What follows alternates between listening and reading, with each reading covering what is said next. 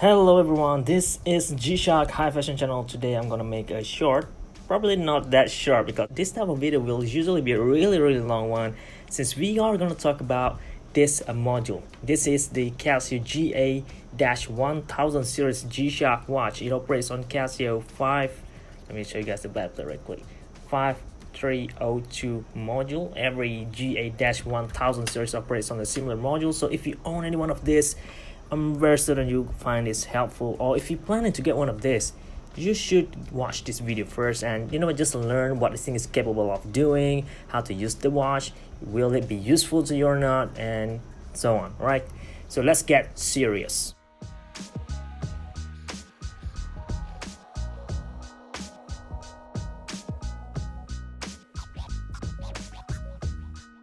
Alright, here is the watch face up close. We have adjust button over here on this upper left. At 9 o'clock position, we have the compass access button for the sensors. We have mode button down here, search and light button up here. And we have this gray part just being printed or molded together into this uppermost layer of the bezel. This is the bearing information or bearing values. If you move down even further, we have square index and some lines in white colorway. All the square piece over here will glow in the dark. This rectangular part of the index or the 3D index won't glow in the dark at all. Alright, just keep that in mind. And if you turn on the light in the dark, which by pressing this upper right button over here, it's gonna glow, and ultraviolet type of lighting, I'm not sure if you can see it, let me pop it up, look at that down there in purple, and that is the effects of the neo bright. It's gonna glow all this green loom just now into blue colorway, which is really beautiful. Let me cover this thing up and just show you guys. There it is. And of course the hands will glow brighter. The 12, 3 and 9 will glow as well as the light hits on it. And I'm sure you guys even see the second hand, the tip, just this elongated part of the second hand will glow after turn on the light. Same with this tip of this aeroplane dial. I'm pretty sure the exact name for this is the mode indicator. However, the shape like an aeroplane, which is really cool in my opinion. Alright, talking about this mode indicator over here, this is obviously a mode indicator for all the function that this model have, which is right now at home time being shown like that. WT stands for world time, STW stands for stopwatch, a timer, alarm, and this highlighted part will be the compass. By pressing mode, it will rotate, pointing to the mode that you're gonna be using. It's world time, again a stopwatch, slowly moving, alarm, and back to home time. If you press the mode and you press and hold it instead, it will go back to home time. Look at that, and there it is. We have E over here, stand for east, and this tiny letter N for north, and we have west over here. This indicator says whenever you're gonna need to use the compass, so nicely placed over there. And we have a lot of dots around here in between this rectangular index. Those not gonna serve much purpose. I mean, even the hands didn't reach all the way there. It won't glow in the dark, and also won't light up when you turn on the neo bright as well. So that they just added over there to make the watch looks more complicated, and they did look way more complicated. And we have more digital display down here, two of them actually, and above this part over here we have 60, 30, 0, 30, 60. So this will be used at the compass mode as being highlighted in orange over here. Basically 60 degree to east, 60 degree to west range. So this is all the range that you're gonna have whenever you are pointing out the compass over here, especially at the bearing memory mode. So whenever you turn your watch like 180 degrees, the pointer will disappear because it's already out of range. Just below this part we have 0, 6, 12, 18, 24. This is actually the world time complication that this model have. So basically this watch also have the ability to show you time of other city at home time simultaneously with your local time. So your local time will be displayed with this analog and minutes hand, and also will be displayed with this part over here. This blinking graphics down here is your local time. So it is for almost 3:45, almost reaching to 4. 3 equals to 15 hours. So we're reaching here somewhere 15. This part that isn't blinking is the world time. So if you enter to the world time mode, which is in Stockholm, you can see that it is 8:50 right now. So that's why this graphic part down here will light on at 8. So if I change this, let's say to 9, you can see that this graphic will start moving and incremental value synchronizing with this time display over here. Let's go back to on time. There it is. And obviously the part down here will display the time in digital, which is 3:50 in hours, minutes, seconds, and PM or AM indicator. If you press adjust over here, it will swap to date display state if you want to do so.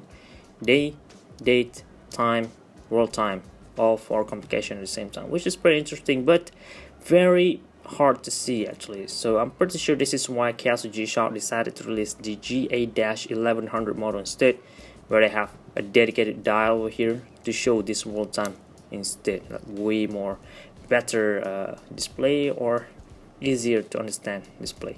At home time alone, we could also use this lower right button to access the thermometer mode that this model have. Press this once and it will enter right away. temp stands for temperature, which is right now 30.5 degrees Celsius. This unit could be changed to Fahrenheit by changing the world time or the home timekeeping or the city time of this watch. First of all, you need to go back to home time setting, obviously. Press adjust and hold it for about 2 seconds and it will appear over here that is currently set to SIN, stands for Singapore. I'm just gonna leave it at Singapore because if you set your watch to Tokyo time, you won't be able to set the units for the temperature reading. So let's use Singapore for now. Press mode to go to DST or daylight saving time setting, on or off. I'm gonna leave it at off. Press mode again, 12 hour 24. Let's use 24 hour time format using this lower right button over here. Just toggle or switch between those two. Right. Press mode again. Obviously time setting, the seconds, the hours, and the digital. And now we're entering the calendar. 3rd of May 2018, pretty much accurate already. We have the ketone. You could mute the watch if you want to do so. Let's leave it on for better understanding. Let's turn this light LT over here to 3 seconds or 3.0 seconds afterglows. Press mode again. We'll go back to this setting. Right, now that we are already confirmed all this time setting in digital, and we also confirmed that the watch was set up to Singapore time, press adjust. Right, we could now go back to temperature mode and press adjust in this mode instead. Press adjust and hold it. And now you could set this reading, just in case you have another thermometer gauge laying around and these values didn't show the exact or accurate reading. You could set this thing or calibrate it to match with that reliable tools instead, and press adjust again. It will set it like that. It's very easy. However, if you want to reset it back to factory setting, press adjust and then use this light and search button both at the same time. It will off will appear and it will reset it back to factory setting. If you press mode over here, we are now able to set the units as well, Fahrenheit or degrees Celsius. Look at that. So I'm just gonna leave it at degrees Celsius. Press mode again. We go back to the value setting. So alright, that is all they could set on this temperature mode. Press adjust and done with this part. Press search and go back to date display and then press adjust and hold it. I want to set the home city back to Tokyo again.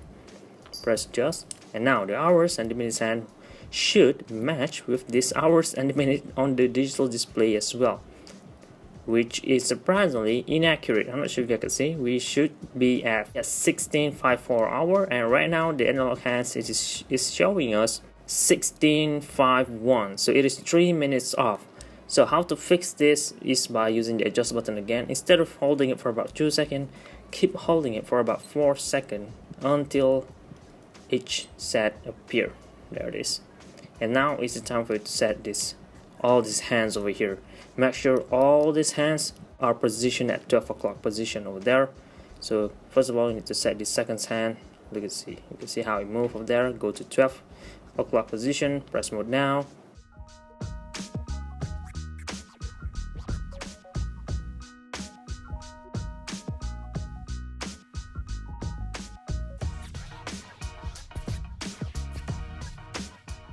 Now the hand's stuck at this position. No wonder it is inaccurate. Let's just use this search button down here and bring it back into position. Both hours and minutes hands should match very well over there. Alright, accurate enough for me. Press mode again. You could also check if this dial is accurate or not to make sure each time you press mode, the hand or the head of the aeroplane will show at the right mode. So that's neat. Press mode again, go back to second hand setting, and we're done. Press adjust, and now everything will fall back into place. And since this watch only features one coil motor, that motor will be used to operate both of the hours and the minutes hands. So I mean, it's gonna take quite some time for the hands to move, because this is hours hand, it's rely on this minutes hands. It's gonna take some times. And there it is, done with this setting. And now you can see that, let me show you the time display now. Right, 16:57 hours. Check one out. Alright, pretty much accurate already. Let's proceed with the compass button now. Press compass and we'll enter the compass mode right away over here, and this watch will keep displaying or showing the reading or bearing reading for about 20 seconds only. You only have 20 seconds window to determine your location or read the reading until this seconds hand will reset to 0, like not showing any values actually. However, what are the things that I find interesting about this watch is that it have this bearing over here. Look at that, it's already stopped showing direction. Press compass again to reset it back. Now, since we have this bearing values on the bezel, you could tilt your watch like so and still be able to read the bearing without needing to have a look at the digital display. So that's a very interesting feature as well. This is the bearing value and this is the direction that you are pointing at. If we press the search button down here, it will restore or register this direction I'm pointing right now, and we'll mark it with this pointer down there. I'm sure you can see there is a graphic display there, so it will keep pointing to this direction no matter where I tilt the watch. Look at that. So technically we have one direction over here. This seconds hand will point to north direction all the time, and this is down in the graphic middle part over there will display you the bearing memory. Press compass again to reset it back, and there it is. It will keep memorizing the same direction that I just reached just now. But this interface is pretty slow. Like if I tilt the watch over here, it will jump right away over there. I mean, it's not as smooth, and I found it's very inconvenience. Alright, just in case you want to calibrate the sensor, or you have another compass lying around and this compass aren't accurate, you could do so by performing this. If I'm not mistaken, this is called the two-way calibration. And if you press mode, we have another one, which is the magnetic declination angle correction. This is one of the most useful one, because this will depend totally on where you live. You could Google up your magnetic declination angle, which country or which city that you live, key in that value over here, and then your compass will start showing the exact direction that you're supposed to go. I'm not gonna do or perform any one of those over here. Just gonna press adjust and done. We already finished covering up all 4 buttons now, which is the last one, which is I believe one of those most standard or basic function that most G-Shock have, but still we need to cover that anyway. Press mode, we'll go to the world time complication. So we have a lot of cities over here. I'm gonna run through real quick all of them. At the same time, I want you guys to have a look at this graphic display down there that is showing the world time over there in 24-hour time format.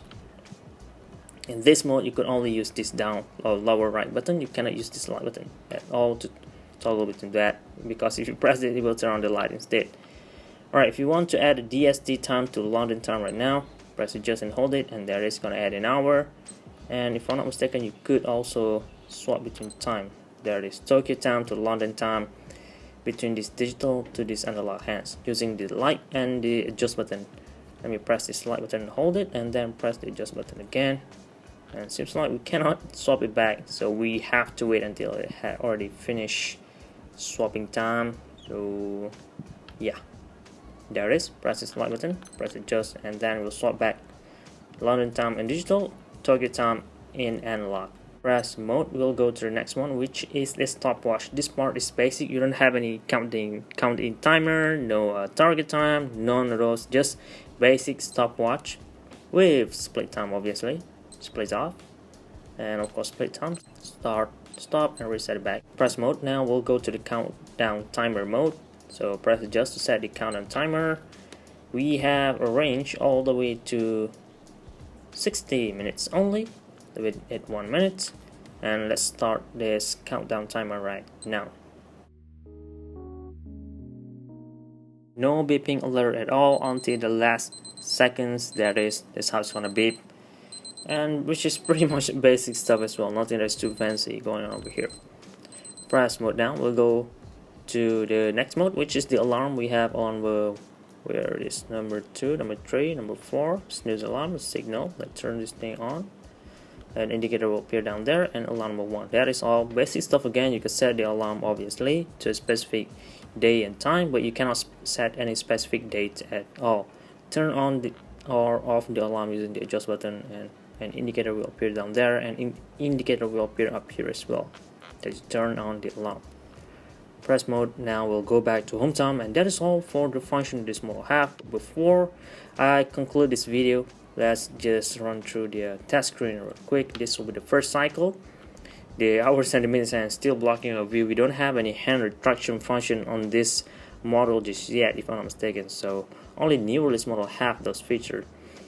Press the search button to run through all the cycle.